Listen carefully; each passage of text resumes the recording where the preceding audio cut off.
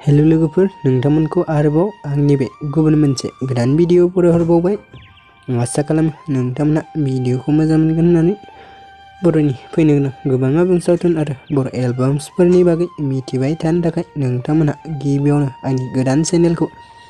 Subscribe खालामना खाथियावनो थानाय बेलनि आइकनखौबो अल प्रेस खालामना लाबानो जाबाय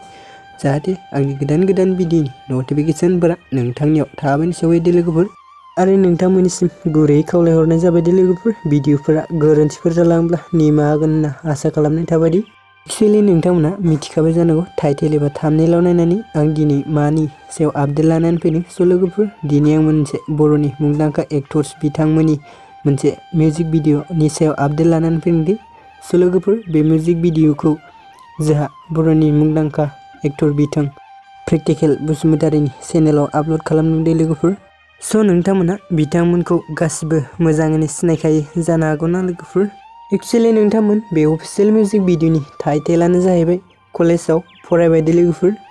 स' नोंथांमोना जुदि बे अफिशियेल मिउजिक भिडिअखौ दासिमहालागै नायाखै अब्ला आंनि चेनेलनि गेजेरजों नायनो हागोन लोगोफोर आरो बिथांखौ सापर्टबो खालामहैदो लोगोफोर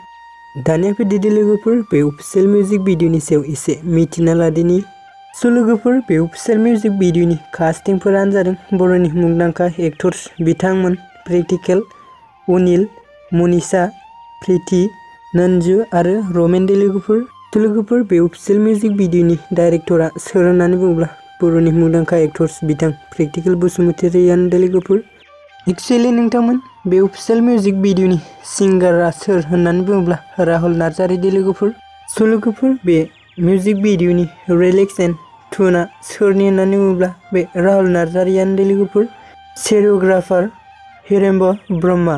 आरो डबेन पोस्ट प्रडाक्शना सोरनि होननानै बुङोब्ला बिरदाव नार्जारीनि लोगोफोर स' नोंथांमोन भिडिअखौ बेखिनिसिम नायनो थाखाय नोंथांमोनसिम रोजा साबायखर थाबाय एसेनोसै गोजोन्थों।